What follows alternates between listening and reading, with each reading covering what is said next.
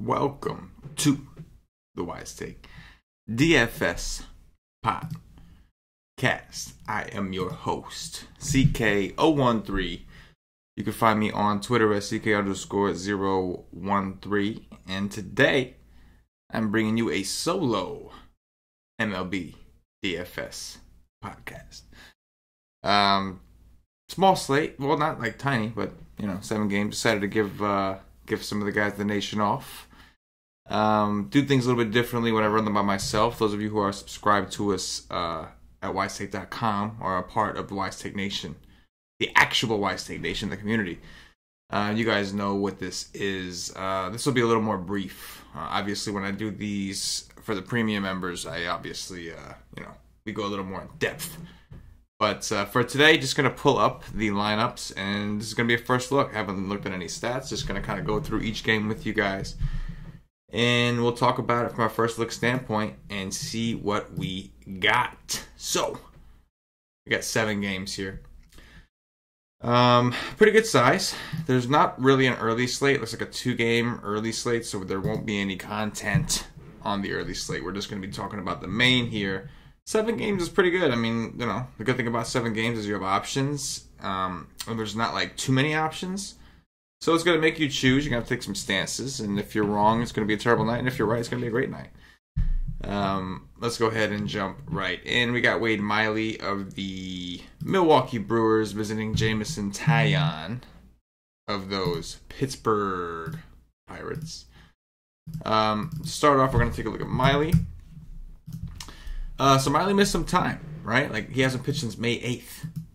And before that, he was actually, having moments. He had his moments, right? He had some bad games in between, right? But he only had 2 starts in 2018. Such a shame.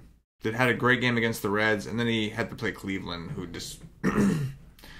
Oh, that's the game he got hurt. He literally, barely pitched. He got hurt. He walked somebody, gave up a hit, and then he got pulled. Interesting. So, he's got a matchup with the Pirates here. Let's see if he's had any games against the Pirates. Looks like he has, and he's never really done well. These samplers are kind of old. Either way, we know the Pirates don't strike out a ton. It is a big ballpark. Wade Miley is very cheap, but we got to see if he's on any kind of pitch count, being this his first game back up. At 4.7, you want to kind of it's 4.7, let's keep it in mind. And the Pirates have been kind of bad. Well, actually, the Pirates have been heating up a little bit. Problem is, it's the lefties that have been heating up. And Wade Miley is a lefty. So, when we have a lefty in there against the Pirates, we start to see a different kind of Pirates lineup, and that lineup has not been doing all that great. Guys like David Freese, Jordy Mercer, those kind of guys. But I would have to say no for now on Miley. I'll dig on it tomorrow. Pirates just don't strike out enough, although they have been striking out more to lefties. Either way, first game back, probably on a pitch count, not really sure, but don't think I want too much from this. Jameson Taillon, however, I think I do have interest in. Taillon, Chad Kuhl, a lot of these guys on the Pirates, they're really good against righties and then really bad against lefties. So he's going to have his hands full with Thames, Yelich, Shaw, and even Brad Miller if he makes the lineup. But at the same time, he is home where he pitches better. This is a huge ballpark. It's going to be 84 degrees, 36% humidity, so it's going to be warm, but not overly warm. And we got a great pitcher's park. So I think Taillon at home at 5.7, I think it's a great price for him, and I think he's in play here. Moving on, we've got Luis Severino of Paulie D's New York Yankees visiting Corey Kluber of the Cleveland Indians, who just put up a ridiculous score today. Yes, them and Colorado both crazy scores. We'll start off with the Yankees. So it's going to be 81 degrees, 45% humidity. We got Luis Severino. This is obviously going to be a playoff atmosphere type game. These guys can obviously, may meet in the playoffs at some point. Severino. Let's see how you've done against the Indians. So, going back to last season, looks like on August 28th, that's still part of the regular season, he put up a 22 against these guys. He got 9 Ks, but he gave up 3 earned runs. Definitely a tricky spot. It looks like in 2017, yeah. Also last year, on August 6th, he went into Cleveland and just completely shut them down. Severino's very good.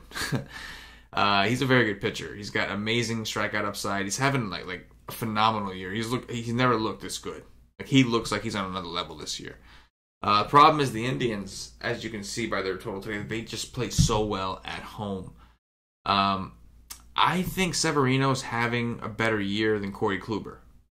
That's not a hot take. It's just look at the stats. Look at Luis Severino's swinging strike rate compared to like Corey Kluber's swinging strike rate. Kluber, while he's not pitching bad, he's not having a terrible season, but he took a step backward a little bit. Like, last year was his year. He was just dominant. Severino's having one of those years this year. So if I was gonna pick a pitcher, I'd lean towards Severino. I'm hoping I don't have to pick in this game. I really don't want to pick on either offense. The Yankees do struggle more on the road. So there's a plus for Corey Kluber there. Like, I think the matchup for Kluber may be a little tiny bit better. Not that the Yankees are ever a good matchup for anybody, but the Yankees have a couple guys that can strike out. As a team, they don't really play too well on the road, although they did play well in Baltimore like they always do. But Cleveland is like really good at home, so you can make a case that Kluber has a slightly better matchup. But I think Severino is just that much of a better pitcher this year specifically. I think Severino stuff, in my opinion, is just nastier than Kluber. So I would lean towards Severino, but I'm hoping that I don't really have to take too much from this game. It's a 7-game slate. You hate to cross the game off, but you almost want to, like, you don't want to pick on these guys, right? Like, you don't want to see them play that game. I mean, maybe you could take a chance on see if there's any BVP if you guys want, just off the top of my head. I mean, we'll do a profiling session tomorrow for the premium members to kind of break it down and really, really dig in. You know what I'm saying? Dig in. Where are these games coming from? Severino. Ramirez has 2 home runs, 3 for 10. He obviously went deep. Lindor. So if you are going to play the the Indians, you may want to stick to the usual suspects. Corey Kluber. Yeah, really, really nothing here. Brett Gardner, I guess, but that's not great. Nothing again. I don't see anything here against Judge or Stanton. But, yeah, going to be a tough spot. I think that Severino's the better pitcher. I think Kluber has a slightly better matchup and situation, not just the matchup. Like, this is in Yankee Stadium, forget about it. I would be way into Severino, not even close. But because it's in Cleveland, really good home team. The Yankees, not the greatest road team. Tough situation. Mad Max Scherzer visiting Steven Matz of my New York Mets. What a year. 79 degrees, 48% humidity out in Citi Field. Going to be a nice day for me. Weather-wise, as a Met fan, there's not a lot going on. It's nice. Max Scherzer, 13-3. That's super expensive. Obviously, this is a cupcake type of matchup going up against the Mets, especially with the lineups they've been out there lately. Scherzer has kind of struggled to hit his ceiling. I mean, it looks like he hasn't last time he hit his ceiling was against the Rays on June 5th. So it's been over a month since we've seen Scherzer go out and have a real Scherzer-esque type game, like 25, 25, 26, throwing DraftKings, of course. Even in that game against Tampa where we don't see the score, 7 innings, only 4 Ks. Like, what the hell? Isn't that strange? And then Boston is understandable. They don't strike out a lot. It's still got a 20 against Boston, in my opinion, is a great game. 9 Ks against Boston. A righty against Boston got 9 Ks. It was a good game. But again, we're talking about ceiling for DFS. Then he played Miami, and it really wasn't great. Looking at his history against the Mets, last year the Mets were a little better of a team, and he dominated them last year. Scherzer is having an overall dominant year. He just seems to have hit a patch where he hasn't been as dominant. This is a phenomenal spot for him. The Mets have been striking out against righties a little bit more lately. Their numbers are starting to come down a little, so this seems like a great matchup, but obviously 13-3 is always a tough price. But the matchup is like a kick. It's the Mets, so definitely a really good matchup. I think Asdrubal Cabrera didn't play today, so he's been like their best hitter all season. So if he's out again, it's going to be even better for Mad Max Scherzer. Hold up right quick. We are going to do some things, y'all.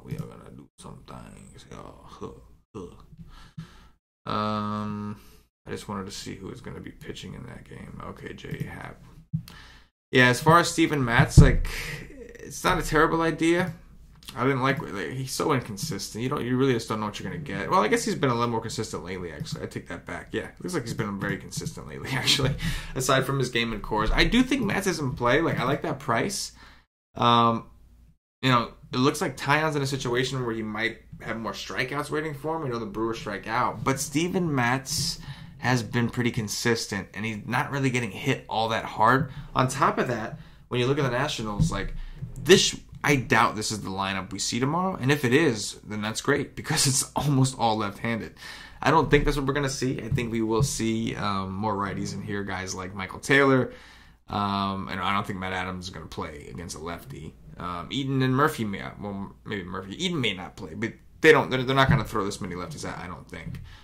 And the Nationals have struggled against lefties this season. Definitely been a team that are much better against righties. And that's including some of the righties like Anthony Rendon. Trey Turner, we know, a little reverse splitsy. Typically it's righties a little bit better. So yeah, I think Steven Matz is in play. Big ballpark, not a great hitting environment in general. Could be a little bit of a pitcher's duel there. But you're going to have to make a decision on DraftKings, it looks like, with the cheap guys, if that's what you're looking to do. And the decision, Mark Reynolds. There you go, Paulie. Good call. Paulie D with the sending me a text message with Mark Reynolds. Yeah, we'll see Mark Reynolds in there instead of Adams. That's right. So another righty in there. But still an option. It's going to be between Taillon and Matz. I would assume that first look, Taillon seems a little bit better. Number one, he's a little bit cheaper. Number two, there's more strikeouts in the Brewers lineup. He's got an even better park than Matz. And but at the same time, the Brewers are a pretty good hitting team against righties. They have a lot of power. And the Nationals aren't so great against lefties. So that's a decision you will have to make. J.A. Happ visiting David Price. I know he's not listed here, but he is there. And I think he's like 7.4. Really not a bad price tag for him, too. He's in the 7s against Boston. So this will be interesting. 77 degrees, 44% humidity in Beantown. Interesting matchup. Interesting pricing. David Price's price has dropped drastically after that Royals game that he had, and he's going up against a Blue Jays team that he has some familiarity with. Maybe not everybody. Obviously, the Blue Jays have some new pieces, but this is a lot of history, right? I mean, he played for the Red Sox, played for Tampa, so he's played them a lot. Never really had a great game, but every game you see here, aside from this 10-7 debacle, where it looks like he had to have left hurt. He threw 21 pitches, didn't give up any runs, and went more. And then this was like a relief appearance, maybe. Yeah, probably a relief appearance. Looks like. But aside from that, like every other game that he's had against him, he would have paid off his DraftKings price at 7-1. Small ballpark, Toronto, a good amount of runs in Atlanta. Don't know if I want to go there. On the other side, you've got J.A. Happ, who's got a lot more upside, but just a super tough matchup, man. Like Happ's having a pretty good year. He looks great. The Red Sox we've been talking about how the Red Sox are a little worse against lefties, but they're kind of starting to snap out of that. Mookie Betts, JD Martinez, Xander Bogaerts, those three guys are kind of leading the charge and kind of getting them away from that whole lefty stigma. And I do expect them to be better at lefties. When you have guys like Betts, JD Martinez, Bogaerts, like you shouldn't be this bad against lefties. So it is starting to turn around. They do have more strikeout upside against lefties because then you got guys that don't strike out a ton that are suddenly all of a sudden do when they're against a lefty. 7.4 for J.A. Happ is a great price, but this ballpark, this matchup, it's going to be tough. Maybe if Boston were on the road, you can consider it if he was that cheap. But Boston really good at home, and they're starting to improve against lefties. My other problem with J.A. Happ is his swinging strike rate really isn't all that high. I'm pretty sure it's like in the 10s. I don't have it in front of me, but like that doesn't like justify some of the strikeouts that I feel like or doesn't justify like a strikeout rate. I feel like, you know what I'm saying? So yeah, I don't know. But I don't mind taking some of these guys. Like Teoscar Hernandez seems like a pretty awesome play in this ballpark. I do like that. Teoscar Hernandez, maybe a one-off. And, of course, the Red Sox certainly in play. I would take Mookie. I would take J.D. Bogaerts. They've been hot. I'm fine with those guys. Next up, we've got Blake Snell, the lefty from the Tampa Bay Rays, visiting Kyle Gibson of the Minnesota Twins. We've got heavy rain in the forecast. Hear that? Heavy rain. 70 degrees. No, 79 degrees. Damn. Put my glasses on. I'm not on camera. Shit. I'm not on camera, but I put my glasses on. 79 degrees. 56% humidity. Nope. 81% humidity. 56% chance of precipitation. Snell versus Gibson. Interesting. Gibson has really killed me. Although, no. Let me shut up. Because I think in his last start, he ended up doing all right. Like, he gave up 3 runs right away, and I was just cursing him. Because he was killing me before that. So I played Gibson against the White Sox. He hurt me. Played him against the Brewers. He hurt me. I played him against Baltimore, and, like, he gave up 3 runs right away, and I was, like, I was ready. I was like, you are on the list, bro. You're on the list. The list of guys who will get kicked in the nuts. And then he bounced back. Ended up with 9 Ks, went 7 innings, had a great game. So all is good, my friend, Kyle Gibson. The Rays are a team that I definitely prefer to attack on the road. They actually have one of the highest WRC pluses at home in the league, which is pretty crazy. And you saw it. They've been pretty hot for the most part. So on the road, though, they significantly drop in runs scored. So I think on the road, maybe we can consider Kyle Gibson at 6-7. There is upside there.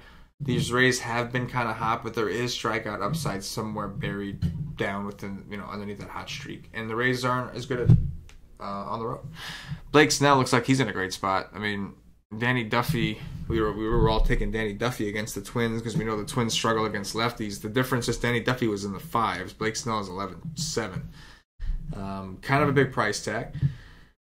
And like the issue I have with the Twins is when you actually look at their projected lineup and you look at the strikeout rates, like with Joe Mauer back and now like Polanco, like the strikeout upside does kind of hurt a little bit. So they're not good hitters against lefties, but they don't necessarily strike out as much against lefties as like some of the other guys who are playing in their spots. So that kind of sucks, but the Twins are still bad against lefties, so Blake Snell's fine. I think the real concern here is the weather.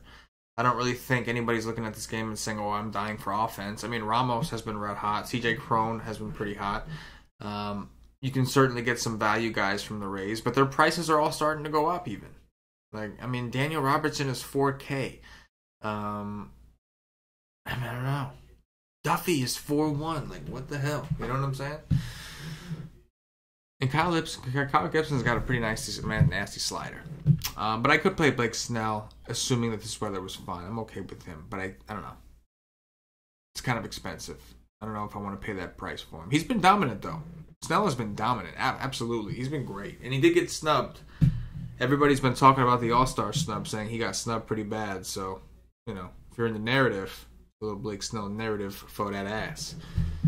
Next up, we got James Paxton, the lefty from the Seattle Mariners, visiting Tyler Skaggs, the lefty from the Los Angeles Angels. It's going to be 82 degrees, 48% humidity, beautiful weather out in LA. That's Anaheim, I should say, sorry. The true LA people don't like when you speak of the Angels as if they are really in Los Angeles because they're actually in Anaheim. They don't like that. Anyway, Paxton seems like he's in a pretty good spot here. I know the Angels don't strike out a ton, but we do know that the Angels are bad against lefties. Paxton saw them in October, had a pretty dominant game. They didn't really strike out much last year either. 6 innings, 9 Ks. I'll take that. Looks like in 2016 at some point. I mean, we're stretching it now, but he did have a dominant game. Paxton, I don't like the price, but it's cheaper than Scherzer. And while he is home run prone, the Angels really have struggled against lefties. It's been pretty damn bad. So I do think he's in consideration, especially since we do have a couple of cheaper arms that we're into. But it's definitely a GPP only kind of play. Like in cash games, you're just going Scherzer, or I guess you could make a case for this next guy we're going to talk about. But I think, you wouldn't play Paxton in cash over Scherzer or Ross Stripling. You know what I mean? Like you would play Paxton in a tournament and hope that the strikeouts are just there because Paxton has amazing strikeout stuff, even though the Angels don't strike out as much. But they can. Like Marco Gonzalez seems to always strike guys out when he plays them. So Paxton can do it. I do like him. As far as Skaggs, 7-7 for Skaggs. The Mariners have been kind of a tricky team, we could say. Huh? Is that right? Yeah, this is right. So Skaggs hasn't pitched since July 30th. He's had some time off. Before that, he was actually pitching really well. But he kind of had some cupcake matchups for a lefty. So he played teams that were all struggling against lefties. He played Minnesota, as we just talked about with Blake Snell and why he's in a good spot. We talked about Danny Duffy because you target Minnesota with lefties. He's played Oakland, a team that has only recently started to hit lefties. The entire season, they were struggling against lefties. Kansas City, they just suck. They just suck. But they really, really suck to lefties. And then the Baltimore Orioles, in which he only got to throw 79 pitches, but he only gave a 1 run, 6 Ks. Like, he was on his way to a pretty solid game there. So the price seems all right. We'll look at his history against the Mariners. He's had decent games. I think the question here is he going to be on a pitch count, right? Because he's come back from injury. We're going to have to dig in and find out what his injury was. But if we don't think he's going to be on a pitch count at this price, he's got to be in play. Like, you're worried about Nelson Cruz, of course, but like, look at all these games he's had against Minnesota, against Seattle in the past. Like, they've been paying off his salary with no problem. So, like, if there was a situation like the mid tier is or the the non-expensive tiers, you can make a case for it. Like, we already like Tyon, kind of, maybe a Matz, maybe a Gibson. Maybe a Skaggs. Like, all those kind of guys seem like they're kind of in play here. I don't mind it. The issue is, like, it's going to be the bats. Because, like, you're going to be taking, like, the Red Sox against Happ, who is a decent pitcher, and they struggle against lefties. You're going to be taking, like, Cleveland guys against the Yankees. Like, where are the bats that you want to actually roster? That's the question. Right? Like, it's just, like, pitching overload. I would assume Boston's going to be the chalk. I mean, maybe the Pirates, maybe everybody will just stockpile on against Wade and Miley. Like, this is tough, man. This is really tough. Like, no bad spots. The Rays may be the chalk offensively. That's how bad this shit is. Last game, Ross Stripling of the Los Angeles Dodgers visiting Tyson Ross of the San Diego Padres. 76 degrees, 68% humidity. Big-ass ballpark. Stripling, after having some struggles for a little bit there against Chicago, twice against the Rockies. He had a nice little bounce back game against those Angels, who I just said, just said they don't strike out. Struck out 7 times in 6 innings. Skaggs. I'm fine with Stripling. I am. Fine with him. Pretty good matchup for him. I know the Padres are a little more pesky. They got to Rich Hill. But I honestly, like, the Padres are, in my opinion, like, they're in play against lefties always. But against righties, I don't mind so much. I'm not sure how Maeda's doing against them right now. But Maeda's always kind of giving up runs to them, so it's not that big a deal. I don't know. For some reason, he's just a guy that he'll strike out 20 of them, but he'll give up X amount of runs, as he just does. Stripling, though, you can see his last game. He was a lot cheaper back then. 6 2/3, 105 pitches, 10 Ks. Just dominance. They give up 6 hits, no earned runs. 1 run, but no earned runs. 35, yes. He's 9-1. He's cheaper than all these assholes. Yes. Gotta love Ross Stripling. He just looks like he's poised in a great spot. Threw 90 pitches in his last game. You always gotta worry about Dave Roberts' punk ass. He comes in here and he pulls his guys. That's a problem with Stripling. Like, he threw that 105 pitches that day, and their bullpen must have been taxed, because since then, he has not thrown more than 100 pitches. And he's thrown as little as, like, 84. So, with ceiling, you always have to worry with Stripling. Like, if you're taking Stripling, you kind of need the win. You kind of need everything you can get. Because there's a chance that he'll just get pulled because the coach is douchey like that, So, Stripling looks great at 9-1, but does come with risk in that his coach is an a-hole, if that makes sense. Tyson Ross, man, this dude started off great and then just kind of fell off the face of the earth. He just fell off completely. Had a couple decent games, don't get me wrong. Like, this game against the Pirates actually not that. I'm sorry, the Rangers actually not that bad. The Giants suck, so I'm not going to be impressed there. Didn't do that well, but like, beginning of the season, man, this dude was just showing us immense upside. I remember, like, 32 against Arizona, 25 against the Giants, 21, 31 against the Nationals. He's just, it's not really him, though. He does throw a lot of sliders, so I'll say this. He's 5'1". He throws a lot of sliders. the Dodgers have really good WOBAs and ISOs against sliders, but they also have extremely high whiff rates, which is why we saw that one pitcher, Pena, I think it was. What was it? From the Angels, like dominate them the other day when we were on them and they disappointed us. Well, we kind of looked at the strategy session and we saw that 40% that a lot of them had whiff rates in the 40s on that pitch. So the issue is they have a tendency to swing and miss on it, but when they make contact, all their WOBAs and ISOs are great. Like Matt Kemp, I know it's a righty, but I think he's hitting a home run. He's got to. He always hits a home run when he goes to San Diego, and he hasn't done it yet, so you got to think it's coming. The Dodgers are a very good sinker ball hitting team. They can hit the slider again, but keep in mind that, again, they also have a pretty high whiff rate. So it can go one way. Basically what that means is if the Dodgers don't do well against Ross is going to dominate them, because that means that he's throwing his slider like he always does, and the Dodgers can't hit it, so they're striking out, which is going to give him immense upside. The other scenario is going to be the Dodgers just open up on him and do what they've been doing to like Nova and those guys and just whoop his ass. And again, it's because Ross throws a lot of sliders, and the Dodgers are very boomer bust against the slider. They swing and miss a lot, but they also crush them when they make contact, if that makes sense. Carlos Azuje, his price has come up a little bit to 3.3. That guy's been a great value play every day, man. Nobody even knows. He's been like 2.9 on DraftKings. Nobody even knows, and he's been a great value play. So far, the Dodgers are my favorite bats, but they'll probably be the chalk. I think everybody's going to want to pick on Tyson Ross, especially after his last game against the Diamondbacks. I really do. Everybody's going to want to pick on Tyson Ross. The dude gave up 8 earned runs and 7 earned runs before that. Man, Dodgers will be the chalk tomorrow in this big ballpark. I would think, right? There's just not a ton of other places. Like I said, maybe the Rays even. Like, maybe people come to the Nats. I'm sure people will still play Boston. I guess the Blue Jays against Price. I don't know how popular Price is in general. Like, I personally don't think he's very good. But man, it's rough. I don't mind the idea of the Yankees. I know that they struggle on the road, but number one, Kluber's like swing and miss stuff hasn't been like as good this year. And number two, Cleveland's bullpen sucks, man. So like if the Yankees can get to that bullpen, things are gonna get pretty. Before I do some top threes, I'm going to remind you guys, if you haven't already, check us out at wisestake.com. I don't know what you're waiting for. Come rock with us, check with us. We are a DFS community.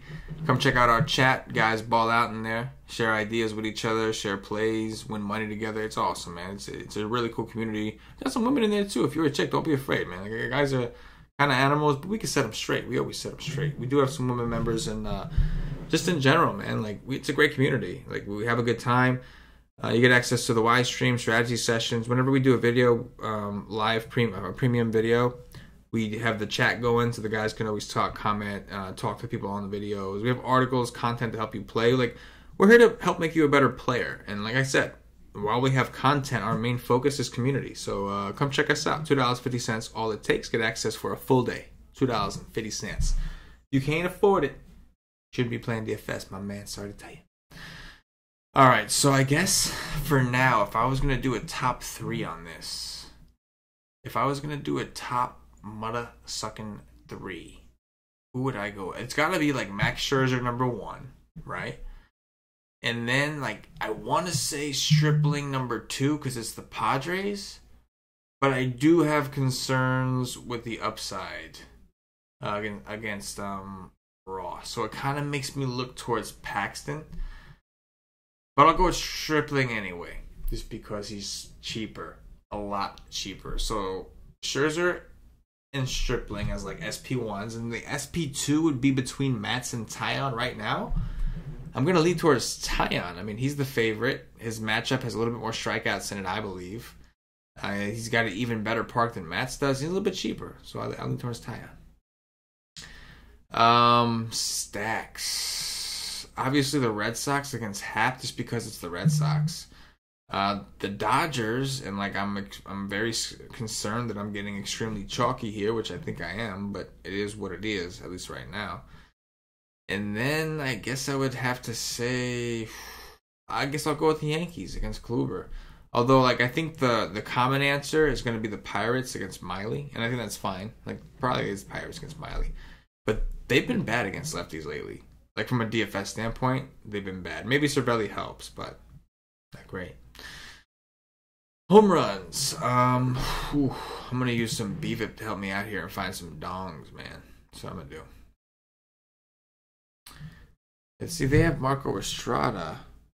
I better check and see what I thought I saw. Yeah, Hap against Price. Hap against Price. You guys will see, this is MLB's webpage right here you guys are looking at. So I don't want to hear nobody trying to call me out. No. Oop. Alright.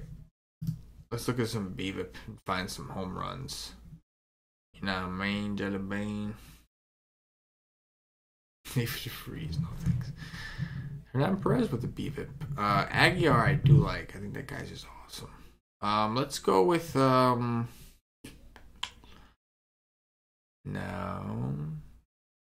Oof, it is going to be tough tomorrow. I can already feel it. I'm gonna say that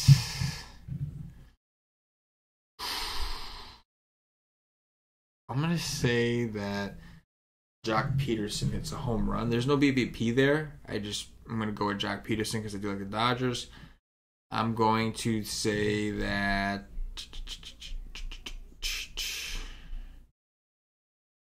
oh, man. That's a tough one. Oh, it's like all I want to take is Dodgers. Like, who else am I going to take? Like, Mookie freaking Betts? Okay, so Mookie Betts. I'm going to have to. Ooh, J-Ram.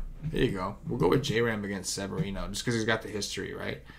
3 for 10 is not bad, and two home runs. So he's gotten 3 hits, and 2 of those 3 hits were homers. Like, I could rock with that. Plus a stolen base and a walk. I could rock with that.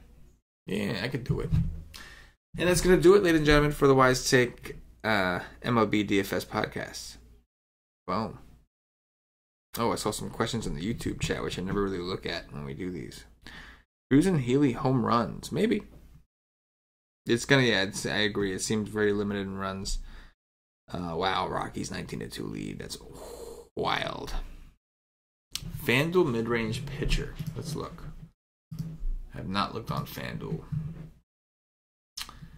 FanDuel mid-range pitcher. Probably going to be Tyon, just by my first guesstimation. Yeah, I'd probably roll with Tyon on FanDuel. Like, obviously, like, you know, Scherzer is the right answer, I guess, technically, but it does look like this slate, the bats are kind of going to come at a premium. So if you're trying to do the expensive stacks and play, like, those Red Sox, play, like, I don't know, even some Indians, like, they are kind of cheap because of the matchup, I would say Tyon. Otherwise, if you can fit Max Scherzer or one of those guys, I'd probably just do that. Like, it's the beauty of FanDuel, you only got one pitcher. You know, like, it is tough. Like, you know, I did have built a couple dummy lineups on FanDuel just messing around just to get an idea of how hard it is to pay up. And it is kind of hard nowadays to pay up for pitcher, okay, especially the utility spot. At least before, when you had the catcher only slot on FanDuel, it was like you had, like, I'm just going to punt catcher, right? And I don't have to sacrifice a first baseman. Like, you have the utility so you can still play whoever you want to play there. But then why wouldn't you just want to play 2 first basemen? Realistically, catcher's an ugly position. The problem is, like, the punting becomes, in my opinion, a little more of a sacrifice now. Because now I feel like I had one position to punt, and now I have a position that even if I punt, like, I may be punting against, like, first baseman. Which is, like, you know, first base and third base are supposed to be 2 of the best power positions in the game. So, yeah, FanDuel did make it a little tough with that utility spot. I'll give them that. It's not as easy as I think that I initially thought the construction was. So Stripling is, I think he's priced the best out of all these guys. At 7.3, he does have strikeout upside against righties. He's actually pretty good against righties. The lefties are going to give him a hard time. They are. But he's got a good ballpark. They would allow you to get some exposure to the Red Sox. They would allow you to get some exposure to even some of these Nationals, like Mark Reynolds. Like, we got to admit, right? That guy's been super hot, right, dude? Like, we have to admit that. These fucking Reynolds was nasty. And even the Dodgers, man, like, they cost money. Like, you know, Max Muncy, Cody Bellinger, these guys cost money. So I think Tyon mid-range pitcher is my favorite.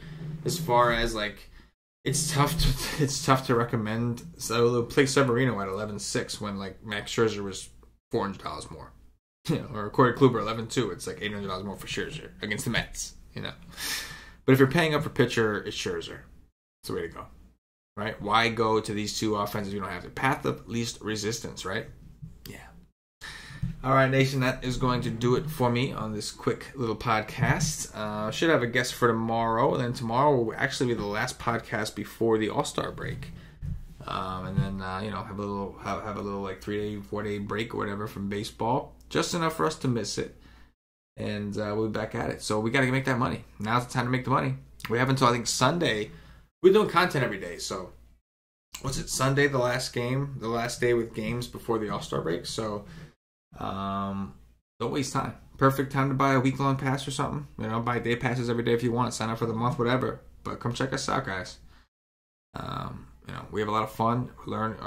The guys learn. You got to see some of our members, man. It's like prototypical members, guys that have come from basketball, never played.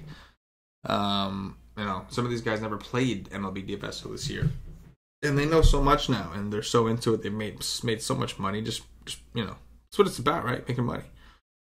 It's a hobby, sure. You have fun, if that's what you do. But then, why can't you make a little bit extra money on your hobby, right? Come to us. We make things easier for you. We really do. All right. That's going to do it. Nation, I'll talk to you guys tomorrow. We'll have a strategy session at about 1 p.m. It'll either be myself or Paulie D. We haven't sorted that out yet. And then, of course, we'll have the Y stream and all that goodness. But, you guys know the drill. Check the schedule tomorrow, as always. Check the pages, all that stuff. Be in contact. Catch you in the chat. For myself, the entire Y Nation, as always, good luck.